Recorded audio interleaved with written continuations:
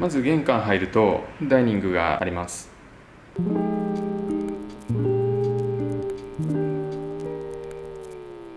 ダイニングは中央に一番大きなダイニングテーブルがあって、その奥に一番大きい窓があるんですけど、窓辺はカーテンは今していなくて、他の動画でも上げたように窓辺にワインボトル並べて、それで左の方だけ今布がかかってると思うんですけど、これは上の部分をクリップではめているだけなシンプルな作りになってます。右側にこちらがゲストルームになっていて、扉入ると小さいベッドが一つだけ置けるような部屋が奥にあります。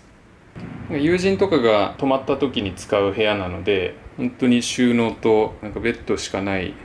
めちゃくちゃシンプルな部屋です。収納も、右側は作り付けの衣服とかが入る収納で、左は無印で買ってきた大き型のキャビネットです。右手に行くとキッチンがあるんですけど、キッチンからちょっと飛び出るような雰囲気で、食器棚が作られていて、これは基本的に造作で自分でデザインして作ってます。結構お皿とかいっぱい持ってるので、お皿なりグラスなりがダイニングルームに見えるような開放的な収納になってます。ダイニングルームの天井は比較的荒々しい雰囲気になっていて、コンクリートの躯体がむき出しになってます。照明は基本的にはライティングレールって言われる、レールをまず1本つけて、好きな位置にスポットライトをつけてます。スポットライトだと向きを変えられるので、例えばテーブルに何とか当てたり、結構自由度が高いので住宅とかでもたまに使います。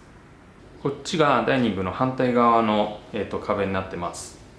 そこに本棚と、飾り棚ですねを設置してます。この棚は DIY で作りました。左の青い布は個人的に一番気に入っている布なんですけど、インドネシアで買ってきたバティックです。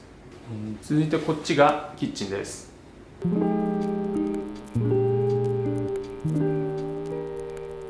キッチンも一応特注で作ってます。天板はステンレスで、下の収納はラワン合板ですごいシンプルなキッチンです。で、下側の収納があんまりちょっと容量が作れなかったので、代わりにフライパンとかはバーに引っ掛けて、包丁とかナイフをこのマグネットにつけて、壁面収納みたいな感じで使ってます。こちらがカウンターの背面の収納になってるんですけど、この収納は造作で作ったのは一番上の天板だけで、下に見えてる収納は無印で購入した家具です。で、横にはゴミ箱とかワインセラーとか冷蔵庫が並んでます。上は炊飯器とかレンジとか、そういった器具です。今言ったのがこのキッチンで、その隣のダイニングのまたその隣に、リビングルームがあります。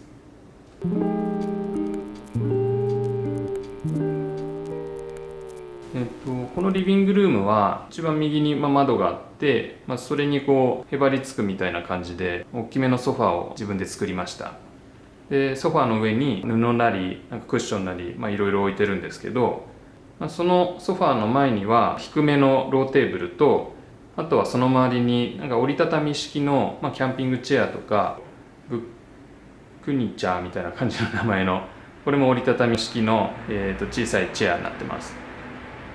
ソファーは動かせないんですけど、テーブルとかチェアとかはなるべく可動式とか、収納できるようなものを選んで、使わないときは収納できるようにしてます。ちなみに、この部屋も天井は結構荒々しい感じでコンクリートむき出しにしてるんですけど、さっきのダイニングとはちょっと照明変えていて、こっちはシームレスライトって言って、LED で作られた蛍光灯みたいな形した照明使ってます。この照明かなり明るいので、普段ここのリビングで仕事することもあるので、こっちの部屋はこういう照明使いました。さっき見えてたソファーの横に自分が使っているワーキングデスクがあります。このワーキングデスクも造作で作りました。天板があって下に1本足がついてるだけのシンプルなテーブルです。で、テーブルの脇が、ダイニングと隔ててる壁になってるんですけど、ここに自転車とか、あとは友人から譲り受けたハンモックとかを置いてます。窓側から撮った絵だとこんな感じです。さっき見せたハンモックと自転車があって、玄関があって、でトイレになってて、収納ですね。で収納の横に作り付けの、本棚があるんですけど、ここは建築の本だったり、哲学系の本だったりいろいろあるんですけど、一部分ちょっと大きくくり抜いてて、テレビ置きにしてます。で奥の方に、物置みたいなスペースがあるんですけど、次はこちらを紹介します。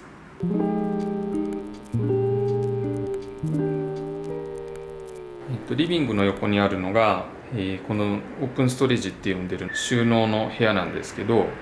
自分が持ってるなんか布とか民芸品とかをとりあえずここに並べて、鑑賞用じゃないですけど、いつでも見られるような状態にしていくっていうための部屋です。昔作った模型とかも置いてあって結構雑多な雰囲気なんですけど、床とかに布とかクッションとかが置いてあるので、中央のテーブルとか使って、みんなで床に座ってお酒飲んだりするためのスペースだったりします。で、この部屋は、今までの部屋とちょっと違って天井も全部、白くきれいに仕上げてます。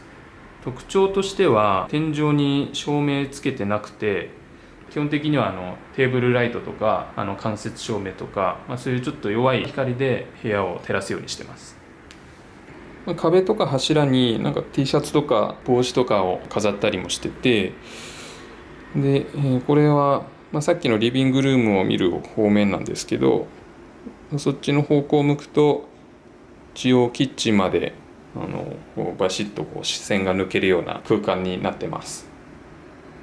今紹介したストレージの横に壁が1枚挟んであって、一番奥が寝室とその脇がお風呂になってます。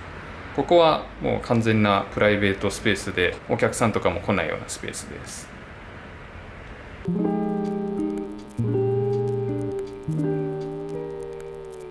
寝室はすごいシンプルな作りです。入って奥に、収納があって、で横がダブルサイズのベッドと、脇にちっちゃいサイドテーブルと照明置いてます。ベッド脇から撮ってるんですけど、うちの家では、珍しく、窓にちゃんとカーテンがついてます。これ無印で買った生成りのカーテンですね。でその横に、家具が2つ置いてあるんですけど、この家具は、唯一ちょっと私の家具じゃなくて、親の家具を預かってます。奥がなんかパキスタンでなんか買ってきた父親のテーブルと、右は母親のタンスですね。これ両方使ってます。ちなみにこの寝室のドアを開けると、キッチンの奥の壁までズドンと抜けて見えます。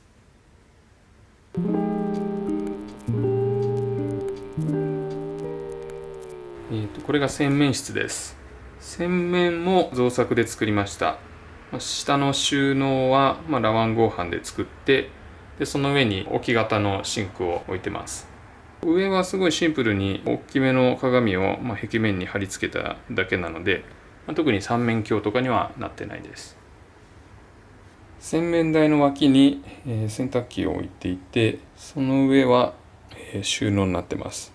収納もすごいシンプルなオープンな棚なので、なんか無印とかで買ってきたバスケットを入れて、物を整理したり、あとはタオルはもうそのまま置いちゃってます。見ての通りお風呂はめちゃくちゃ小さいです。なんかもともとリノベーションするときにお風呂昔のやつ壊したら、周りがなんかコンクリートのブロックで覆われていて、それをちょっと壊すのが大変だったので、サイズは50年前の当時から変わってないんですけど、今現行で売られてるなんかユニットバス、日本で作られてる中では最小のものを選んでます。狭いです。次は、トイレなんですけど、トイレもリノベーションする前から場所は変えてないんですけど、洗面台と、トイレの器具は変えました。洗面台は、これ造作で作ってるんですけど、墨モルタルっていうモルタルに墨混ぜて黒くしたモルタルを使ってそこに真鍮製のタオル掛けをつけてます。で上に洗面台をポン置きしてお風呂場と同じように大きめの鏡を前面に貼ってます。